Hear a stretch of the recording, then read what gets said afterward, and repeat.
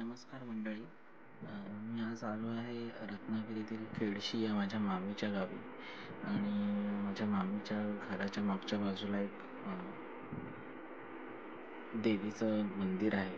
त्या देवीच्या महालक्ष्मीच्या मंदिराच्या बाजूलाच हे असं एक आर्टिफिशियल डॅम आहे, छोटंसं धरण आहे.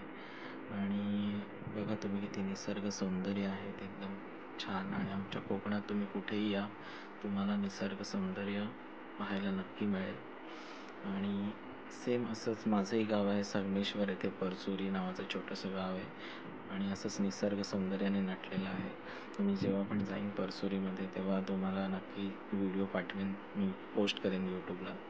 तर बघा किती छान हिरवळ. आणि आत्ताच पाऊस पडून गेला आहे, 2-3 दिवस आधी खूप जोराचा पाऊस होऊन गेला आहे. आणि हे बघा, तिथे तुम्हाला पाणी असं वाटत असेल की फार कमी आहे, पूर्ण एवढं स्वच्छ पाणी आहे. तुम्हाला तळ दिसतोय पाण्याच्या खालचा, तुम्हाला वाटत असेल कमी आहे, पण हे 5 ते 6 फूट खोल पाणी आहे. आणि अगदी तो तिथे एक मुलगा धरणाच्या बांधाजवळ बसला आहे, तिथे 8 ते 9 फूट खोल आहे पाणी. आणि याच्या पुढे मी तुम्हाला काही व्हिडिओज ॲड केले आहेत या व्हिडिओमध्ये. याच्यामध्ये माझ्या मामाची मुलं तुम्हाला बघा कशी मजा करत आहेत, पाण्यात पोहताना दिसेल. आणि व्हिडिओच्या सगळ्यात शेवटी मी आपल्या महालक्ष्मीच्या मंदिराचाही फोटो टाकलेला आहे, तर तुम्ही नक्की बघा. आणि बघा किती सुंदर वाटते. तुम्हाला कसं वाटतं ते नक्की कमेंटमध्ये सांगा मला. हे बघा मुलं एन्जॉय करतायत कशी, किती सुखी जीवन आहे गावचं जीवन. म्हणजे आपल्या शहरातल्या जीवनापेक्षा एकदम वेगळं जीवन यांचं.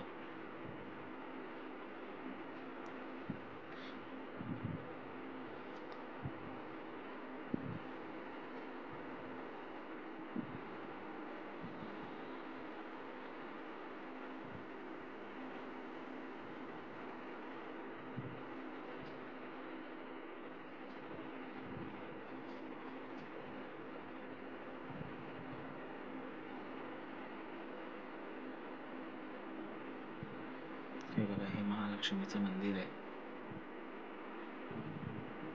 एकदम सुंदर असं रेखीव.